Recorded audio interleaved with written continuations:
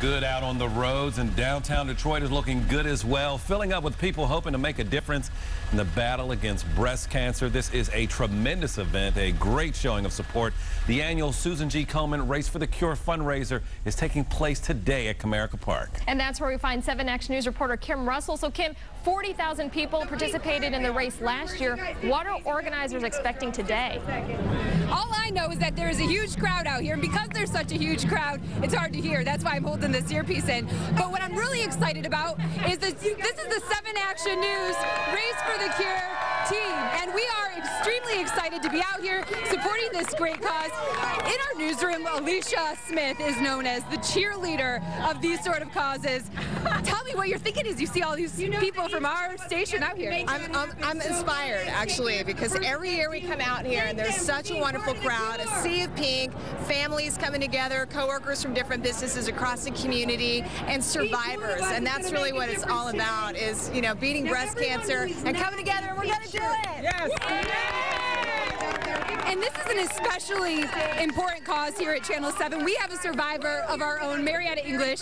Tell me what it means for you to see all of your coworkers and your family out here fighting for a cure. You know what? It's heartwarming. It's heartwarming. It moved you. I think it means that one day there will be a cure, and that's what we're all here for, to make sure that that happens. And tell me about your story, how you were diagnosed and how you beat breast cancer. I was diagnosed about 7 years ago, and I went through a surgery, chemo, radiation, and you have to have a lot of faith in God, a lot of strength, and the support of families and friends. Thank you so much, and you definitely have a lot of support here.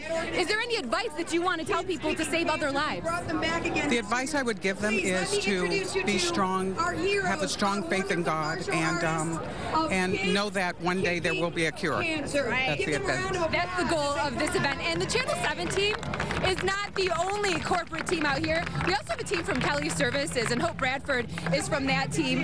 And tell me, it's amazing how many people are coming out from companies to support people like you. Tell me about that. Well, we have a lot of women that work for Kelly Services. It's a Detroit-owned company, and so when you factor in the 1 out of 8, we have a lot of survivors, a lot of women and families that have went through it this year and in the past. So we definitely are trying to support the cause, trying to make sure that also people know that screenings are important, and even those family members that don't have insurance, that's what the Race for the Cure is about, is to help those get proper screening.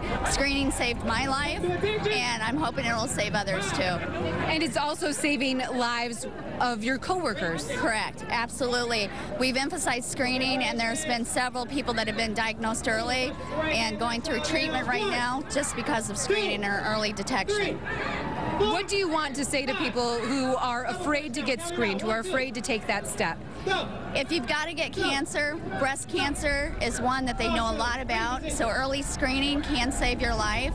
They can do a lot for you, but you got to catch it early.